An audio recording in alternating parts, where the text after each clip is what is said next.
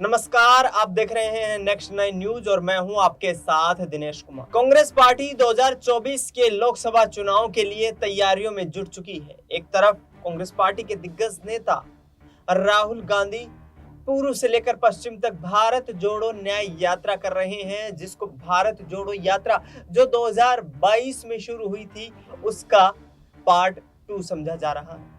यानी साफ सीधा संकेत ये है कि चुनाव से पहले अपनी राजनीतिक जमीन तलाशने की कोशिश है। इससे पहले 2023 में 5 राज्यों में विधानसभा के चुनाव हुए। उसमें से हिंदी पट्टी के 3 प्रमुख राज्य राजस्थान, मध्य प्रदेश और छत्तीसगढ़ में कांग्रेस पार्टी को हार का सामना करना पड़ा। लेकिन अब फिर से कांग्रेस पार्टी हुंकार भरती नजर आ रही है। दिग्गज नेता सचिन पायलट, जिनको छत्तीसगढ़ के साथ साथ राजस्थान में भी चुनाव की जिम्मेदारी दी गई है, ऐसे में प्रियंका गांधी के साथ भारत जोड़ो न्याय यात्रा में पिछले दिनों उत्तर प्रदेश में उनकी मुलाकात होती है। इसके बाद सचिन पायलट अपनी पार्टी के कार्यकर्ता में हुंकार भरते नजर आते हैं। प्रधानमंत्री नरेंद्र मोदी से मुद्दों की बात करते नजर आते हैं। सचिन पायलट का कहना है कि हम मजबूती के साथ चुनाव लड़ने वाले हैं। इसके साथ साथ आपको बता दें कि प्रियंका गांधी सक्रिय भूमिका में आने वाली हैं और सचिन पायलट को उनका भरपूर सहयोग मिल रहा है। कहा जा रहा है कि प्रियंका गांधी के कहने पर ही सचिन पायलट को छत्तीसगढ़ का प्रभारी बनाया गया है। यानी कि संकेत साफ है, सचिन पायलट को एक बड़े नेता के तौर पर प्रोजेक्ट कर रही है यहाँ पर कांग्रेस पार्टी।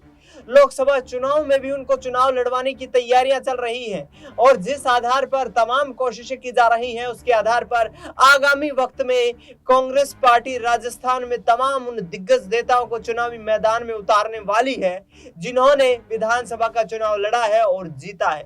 यानी कि सचिन पायलट ने भी पिछले दिनों ये कहा था कि हम अपने तमाम दिग्गज नेताओं को चुनाव में उतारने की तैयारी कर रहे हैं। उनका साफ तौर पर कहना है कि भारतीय जनता पार्टी जब चुने हुए सांसदों और केंद्रीय मंत्रियों को विधानसभा के चुनाव में उतार सकती तो आखिरकार कांग्रेस पार्टी क्यों नहीं। इस पर किसी को आपत्ति नहीं होनी चाहिए। लेकिन अब ये अटकलें तेज हो गई हैं कि सचिन पायलट जो कि टोंक विधानसभा क्षेत्र से जीत करके आए हैं, आखिरकार किस सीट से चुनाव लड़ेंगे, क्योंकि दौसा उनकी पारंपरिक सीट रही है जहां से स्वर्गीय पूर्व यहाँ पर केंद्रीय मंत्री रहे सचिन पायलट के पिता राजेश पायलट चुनाव जीते हैं। उसके साथ साथ सचिन पायलट की माताजी ने भी वहां से चुनाव लड़ा है और सचिन पायलट भी पहली बार 26 साल की उम्र में दौसा से ही सांसद बन के आए थे।